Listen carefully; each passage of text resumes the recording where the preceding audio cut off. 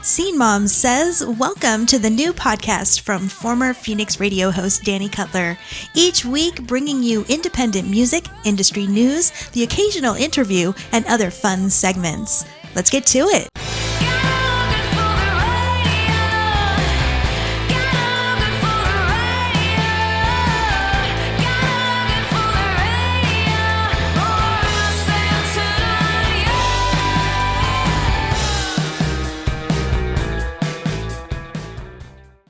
Scene Mom says hello and welcome to episode number 53.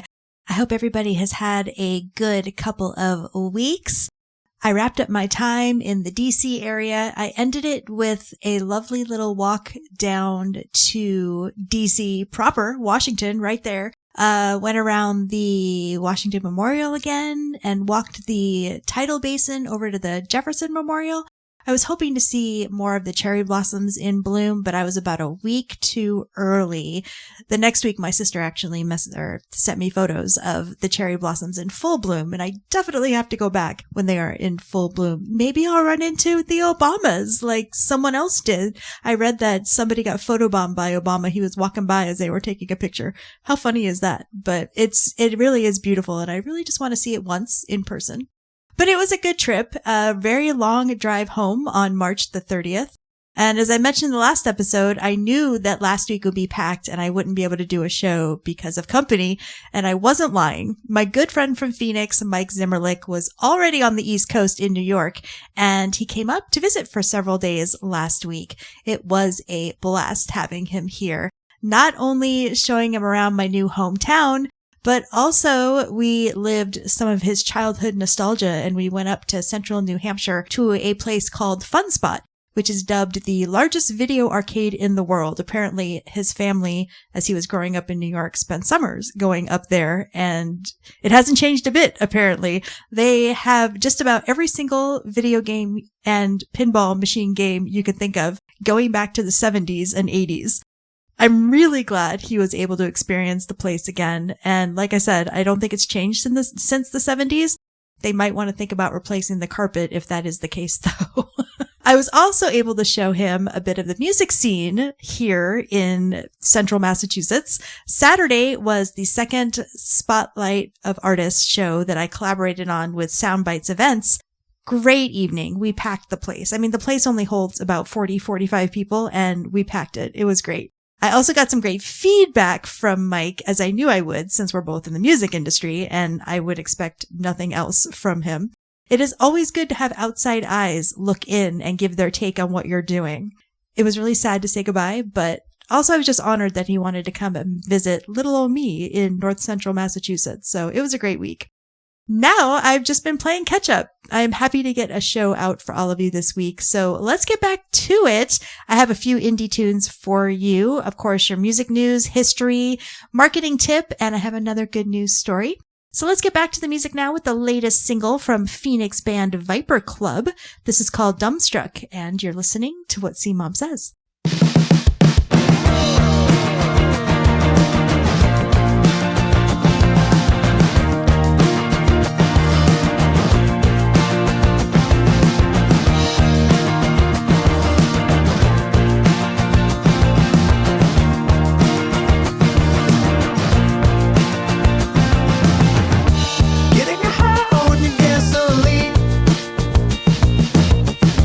Flying beneath the radar, spent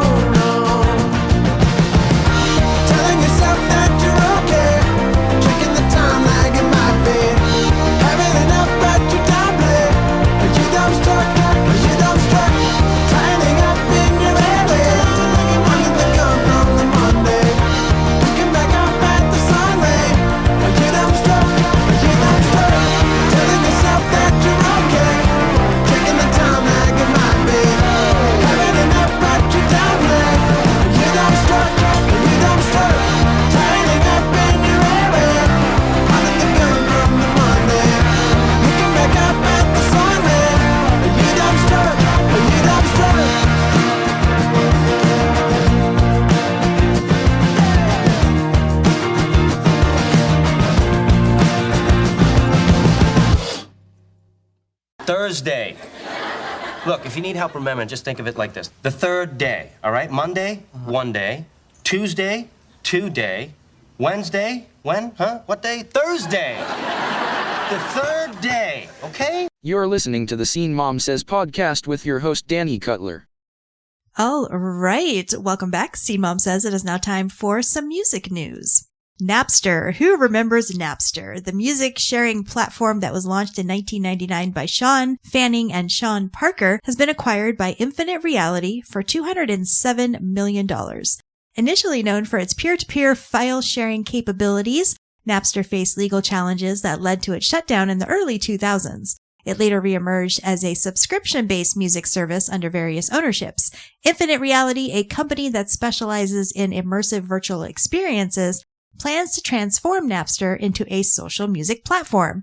Their vision includes creating virtual 3D spaces for concerts, listening parties, and merch sales, aiming to enhance artist-fan interactions and open new revenue streams for artists.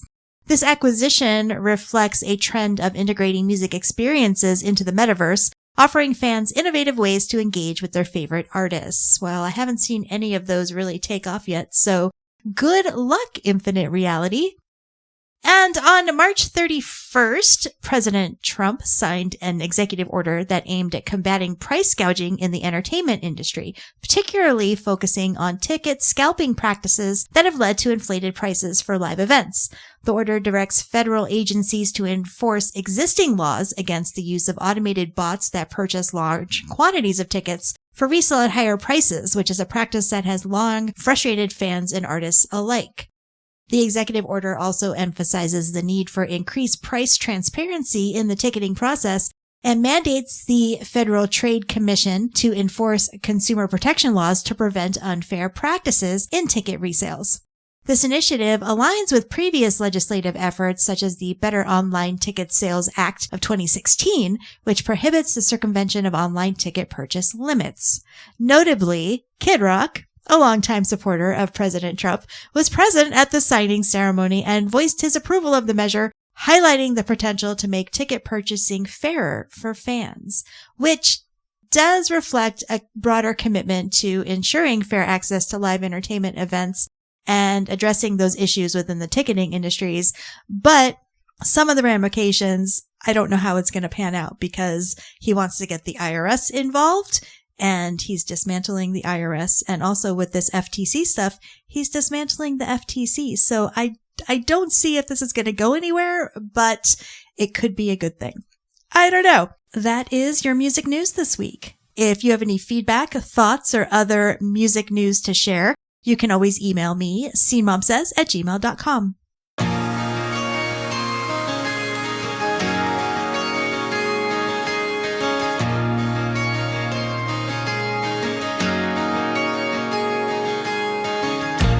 Woke up one night, you just started crying. Couldn't stop it if you tried. There's a fire we fought for years, but it won't subside. We all try, put the bad things behind you. Let the good times burn into the flames, they guide you. Walk in the flame. Put the flames out with this holy water. This way life is gasoline. Put the flames out with this holy water. This way life is gasoline. Woke up one day to change the world. Bit off more than we could chew. Time has come, confess to all your sins. Can God put out this fire? I'll try. Put the bad things behind you. Let the good times burn into the flames, they guide you. Walk in the flame. Put the flames out with this holy water. This way life is gasoline. Put the flames out with this holy water. This way life is gasoline. Put the flames out with this holy water. This way life is gasoline. Put the flames out with this holy water. This way life is gasoline.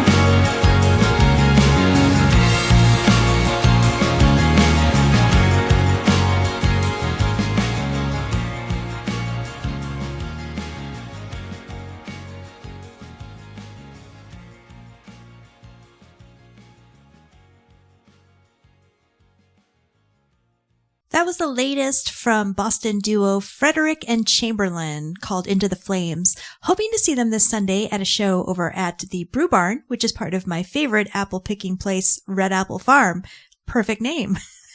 Remember too that you can find all the links to the artists you hear in the show notes, and you can check out more of their music that way. And please follow them on social media and streaming. Definitely head over to Bandcamp too and check them out.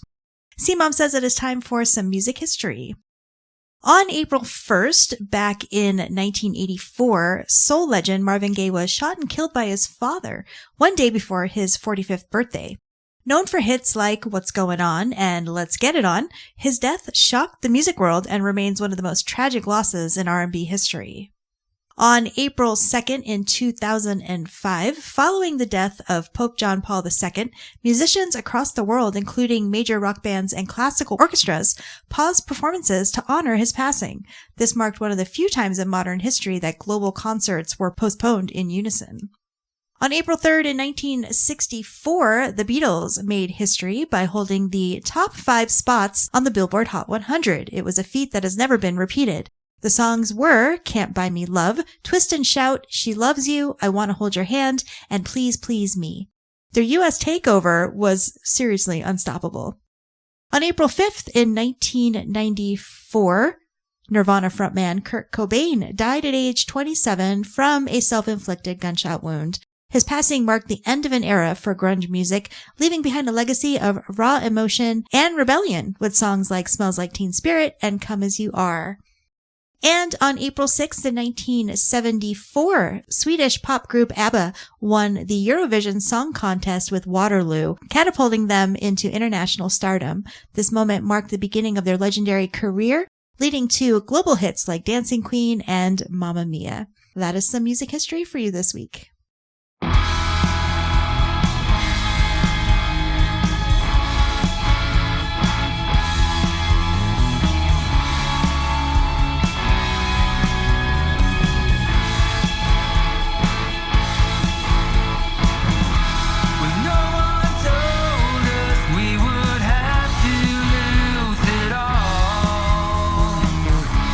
To really find out what it means.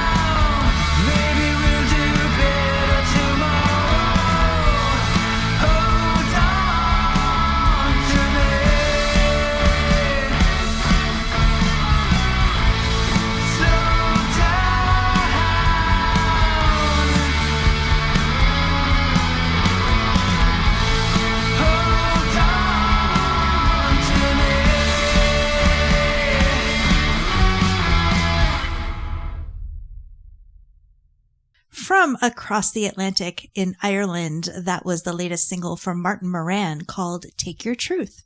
CMom says it is time for your marketing tip of the week. Let's talk about Instagram reach. There's a big myth out there that if you continuously post all the time, the algorithm doesn't matter. Well, number one, you shouldn't be posting all the time. And if you don't understand even the basics on how the algorithm works and how Instagram gauges content, no one's going to see your posts even if you do it 10 times a day, which I wouldn't recommend.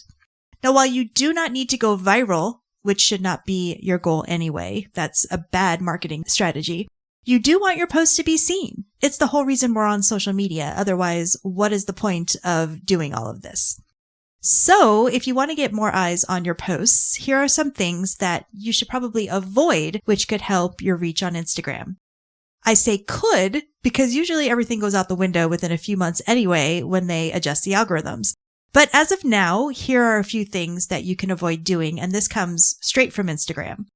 The first thing is watermarks from third parties. So for instance, TikTok to Instagram. If it's got the TikTok logo on your video, they're not going to give it as much reach as other things. So you want to upload organically to Instagram. Posting content that you didn't make. So if you're just reposting things, it's not going to work. They see if there's multiple posts of the same videos or photos or graphics, and they will mark that down and it won't be seen by as many people. And reels over 90 seconds. There's the sweet spot that Instagram has between 60 and 90, but when you get over the 90-second mark, it doesn't work as well in the algorithm. And then, of course, content that violates recommendation guidelines. So, for instance, they don't want anything overtly sexual. They don't want things that are geared towards anyone younger than 18. It's kind of iffy, but I'm going to post their recommendation guidelines so you can just get an idea. And also engagement bait. You know, if you post something just to anger someone and get people talking, they don't appreciate that either. That includes holding contests too, because all of that is engagement bait. So the algorithm keeps track of all of that. And there's other stuff too, which I have another link from Instagram that I will share with you as well in the show notes. Now, I do want to put a longer post about this on my blog over at dannycutler.com because, as I said, I have an issue with a few of these and exactly what it means. But it is good to think about when you're posting and how you are planning your posts. The bottom line is that your content should come 100% directly from you. And as always, if you want to chat more about marketing and promoting your music or your brand, you can schedule a consultation with me over at dannycutler.com. And you can also subscribe to the newsletter. I have more tips and tricks and banter and all of that stuff, which I'll also have a link in the show notes for you.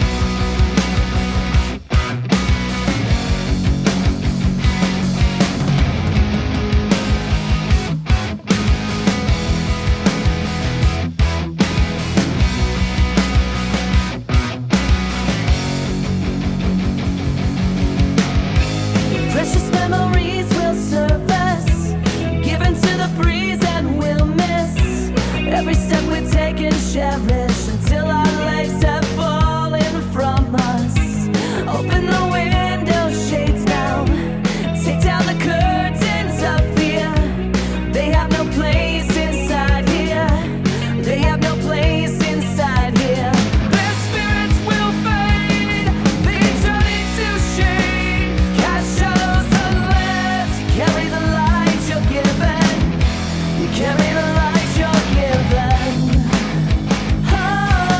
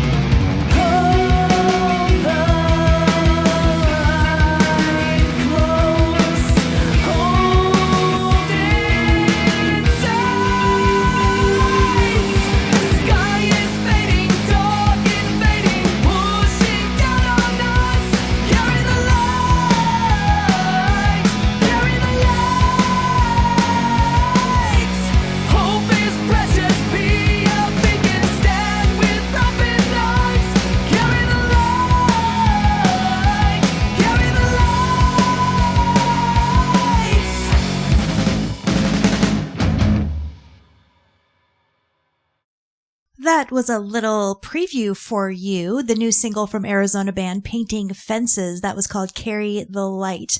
They are officially releasing the single on April 30th via Bandcamp and other streaming. I, of course, would go get it on Bandcamp. Give the guys a couple of bucks, too.